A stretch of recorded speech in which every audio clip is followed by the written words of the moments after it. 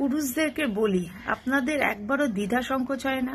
আপনাদের বলেন নাকি মেয়েরা হচ্ছে উইকার সেক্স, তো উইকার সেক্সের ওপর নিজের স্ট্রং সেক্সটাকে জবরদস্তি মানে হাবি করেন কেন? আপনাদের জন্য তো অনেক জায়গা আছে, আপনাদের সেক্সের ভুক মেটানোর জন্য তো গভর্নমেন্ট অনেক জায়গা করে রেখে দিয়েছে এবং তাদেরকে লাইসেন্স প্রোভাইড করেছে। নাকি আপনাদের ওই 6 ইঞ্চেস 7 ইঞ্চেস এর পেনিসটা কি জবরদস্তি কোনো মেয়ের ওপর প্রকোপ না করলে কি মর্দাঙ্গি সাবিত হয় না? Shame on you. আপনাদেরকে মার্দ বলতে লজ্জা করে না। এবং তাদেরকে বলছি যারা এখনো বিলে লুকিয়েছে, যখন আপনাদের সোকল আদরের দিদি যখন বিল থেকে বেরোয় ফালতু কথা বলার জন্য, তখন আপনারা বিল থেকে বেরিয়ে ঝান্ডা নিয়ে দৌড়তে থাকেন। আর যখন আপনারা আবার দেখেন যে দিদি কোনো স্টেপ নিচ্ছে না, আবার আমরা বিলের তলায় যে লজ্জা করে না? আপনারা নিজেকে পুরুষ বলেন আবার সাপোর্টার করেন।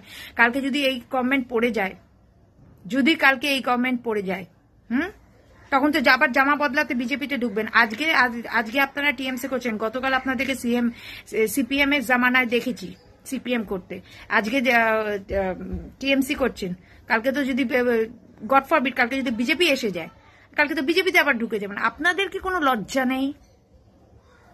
আর বহু লোক আছে আপনাদের বাড়িতে, কিন্তু একটি মাত্র করে মেয়ে আছে। নাকি আপনাদের কাছে কোনো পাওয়ার আছে? কোনো পাওয়ার বাঁচাবে না। যখন ভাগ্যে এরকম লেখা থাকে না কোনো পাওয়ার বাঁচাবে না, একটু নির্লজ্জতা থেকে বেরোন।